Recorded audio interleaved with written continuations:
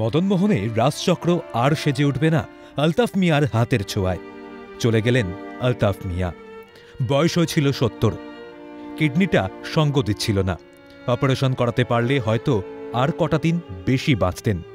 মরার আগে একটাই আক্ষেপ ছিল আলতাফ মিয়ার, অপারেশনটা যদি হতো তাহলে মনে হয় বাঁচতাম। দীর্ঘ ২ বছর শারীরিক অসুস্থতায় কাজের ক্ষমতা হারিয়েছিলেন।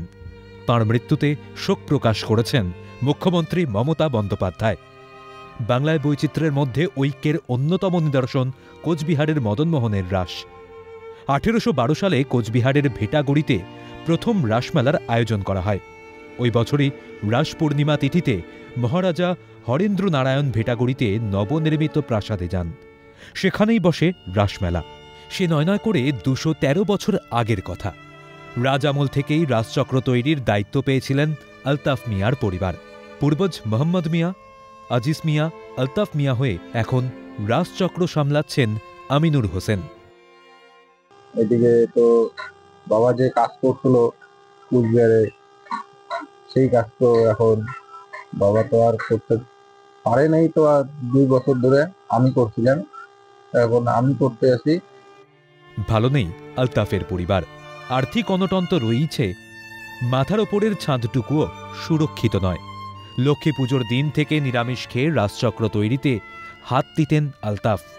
তার মৃত্যুতে সমাপন হল একটি যুগের। এখন একটু ভালো থাকার করুণ আবেদন আমিনুরের স্ত্রীর। আমাদের আগে তো শ্বশুর মশাই বানাইতো রাজচক্র, এখন তো আমরা বানাই। ওই শ্বশুর মশাই মারা গেল, আমাদের পরিবারটাই একদম শেষ হয়ে গেল। আমরা কি করি বাঁচবো? হ্যাঁ করবো, এটা প্রশাসনের ব্যবস্থা করবো। আমাদের একটু দাবি, একটু আমাদের আশ্রয় দেয়, ওই জন্য আমরা দাবি করি। এরপরেও রাজচক্র তৈরি হবে। মোহাম্মদ মিয়ার পঞ্চম পুরুষ আমিনুর নিজের কাঁধে নেবেন সম্প্রীতির দায়ভার। কীর্তন আর আজান এক সুর নেবে প্রেমের আবহে।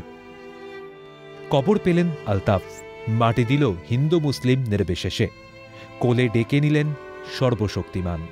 শশীকেশ রায়ের রিপোর্ট, ক্যালকাটা টেলিভিশন নেটওয়ার্ক।